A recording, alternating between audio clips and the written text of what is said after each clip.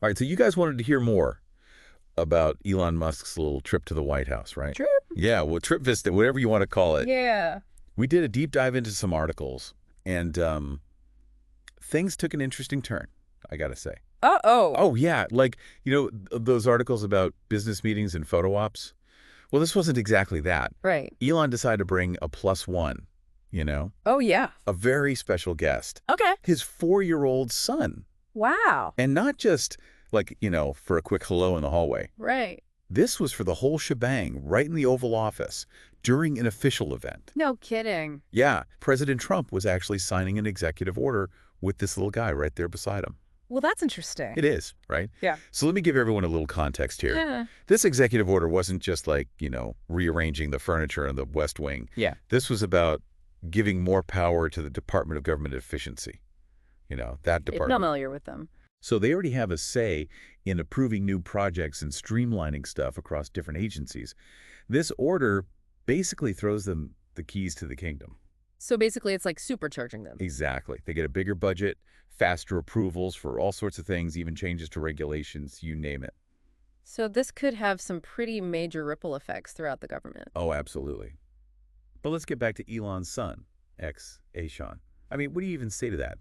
4 years old in the Oval Office? It's not exactly something you see every day. Definitely not your typical tourist stop. Right. And then there's that footage of Æ A-Xii copying his dad's gestures. Oh, I saw that. Adorable. Yeah, super cute. But then, well, kids being kids, you know what happened next. Uh-oh. He was caught picking his nose and wiping it on the Resolute Desk. Oh, wow. Okay, that's, I know, right? The Resolute Desk people. This is like a national treasure. It's been around since the 1800s. Yeah, isn't it a gift from Queen Victoria to, like, President Hayes or something? Exactly. Used by most presidents since then. Wow. What a story that desk could tell. Right? So to have that happen on it is like, well, certainly a moment. Definitely a new chapter for the Resolute Desk. Exactly. Ew.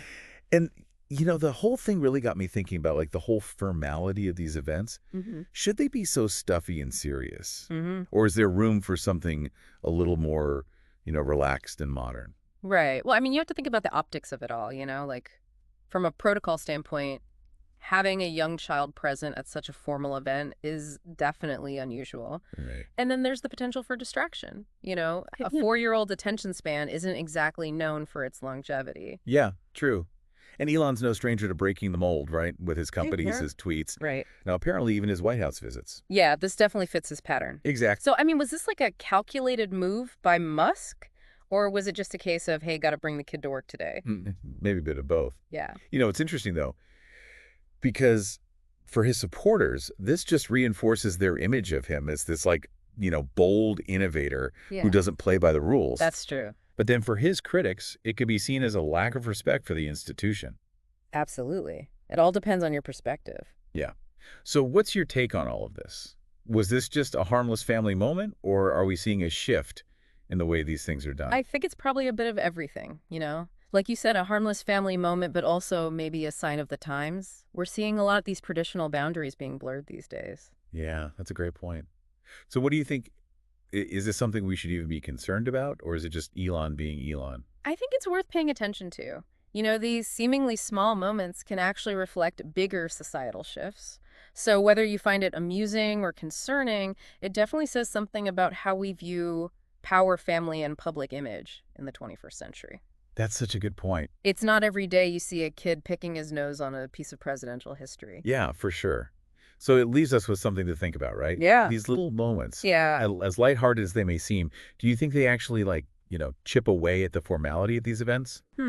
Interesting question. Yeah. Or is it just a blip on the radar, I don't know. I think it's something we'll have to watch unfold over time and see how it all plays out. But it's definitely a conversation starter. Definitely.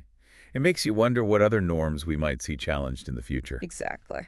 Well, that's all the time we have for today's deep dive. We'll be back next week with another interesting topic. Until then, thanks for listening. See ya.